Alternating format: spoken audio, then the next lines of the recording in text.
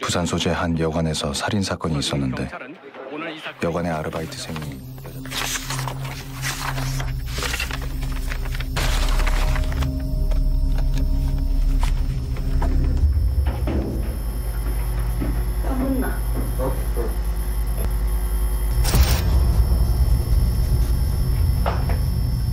Bercerita di pinggiran kota Busan tentang sebuah video yang disegel di dalam ruang bawah tanah kantor kejaksaan. Salah satunya adalah video tentang penganiayaan serta pembunuhan seorang pemuda membunuh pacarnya di suatu losmen di daerah Busan.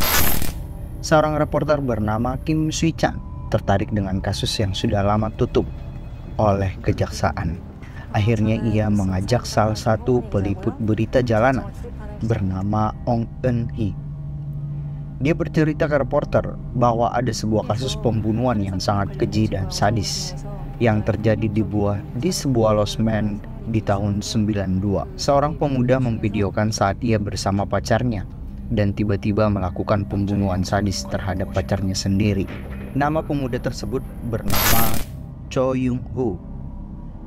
Isu yang beredar di masyarakat bahwa video ini disegel di bawah ruang bawah tanah kantor kejaksaan dan tidak ada satupun orang yang berani membuka segel tersebut sampai hari ini. Mengingat sang reporter sedang melakukan sebuah peliputan, akhirnya ia memilih kasus pembunuhan yang terjadi di losmen tahun 92.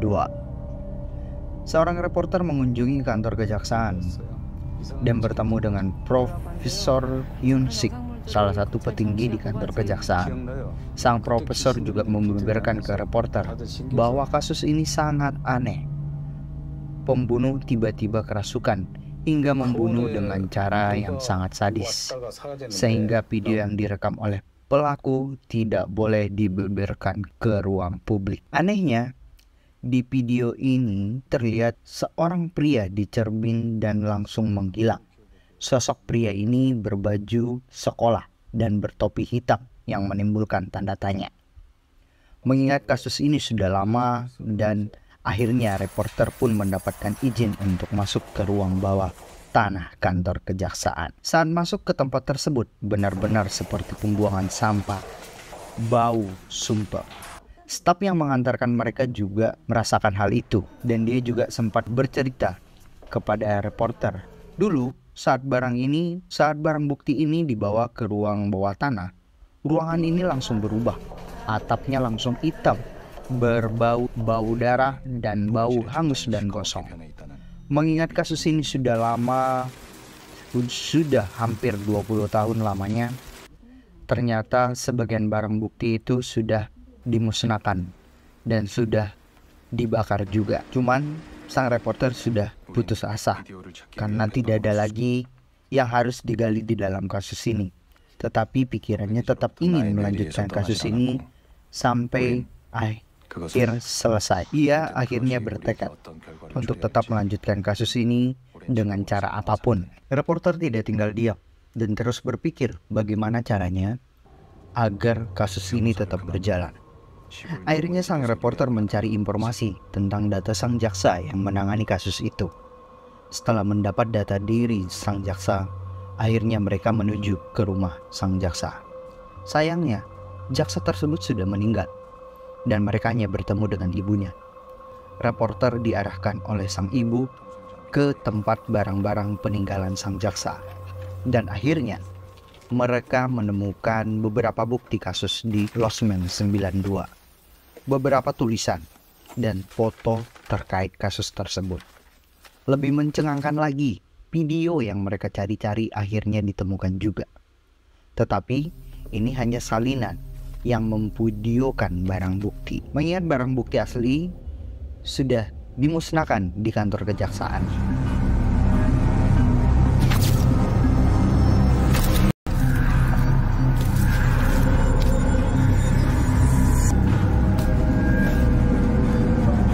찍힌 영상을 입수하고 복사를 시도하였지만 카메라의 영상을 TV에 틀어두고 그것을 가졌다.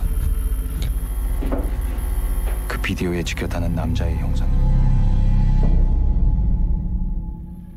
Setelah mereka memutar video yang mereka cari, banyak kejanggalan-kejanggalan yang ada di dalamnya. Choi Yung Ho sebagai pembunuh pacarnya yang ada di losmen, yang akhirnya dinyatakan bebas pada saat itu karena dia diindikasi ada gangguan jiwa. Setelah menelusuri informasi-informasi terkait kasus ini, Choi Yung Ho kenapa setelah bebas malah membunuh semua keluarganya, termasuk kakak dan ibunya? Siapa yang ada di balik cermin itu? Reporter menjadi penasaran. Dan kenapa pemuda bernama Choi Yung Ho ini kenapa bisa membunuh semua keluarganya? Mewawancarai orang-orang yang berhubungan dengan kasus ini, tetapi mereka menolak dan tidak mau karena tidak ingin mengungkit kasus yang lama. Losmen Dong Sung Jak, nama tempat terjadi pembunuhan tersebut.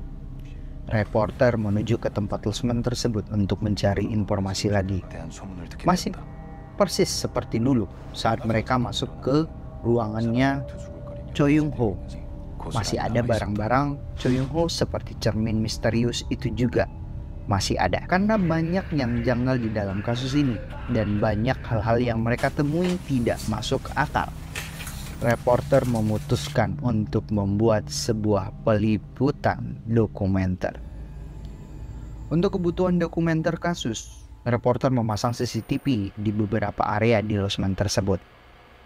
Setelah menelusuri area dan menanyakan ke orang-orang terdekat, akhirnya mereka mendapatkan informasi pemilik losmen tersebut, yang ternyata pemiliknya masih tinggal di daerah tersebut. Di losmen itu, losmen paling atas.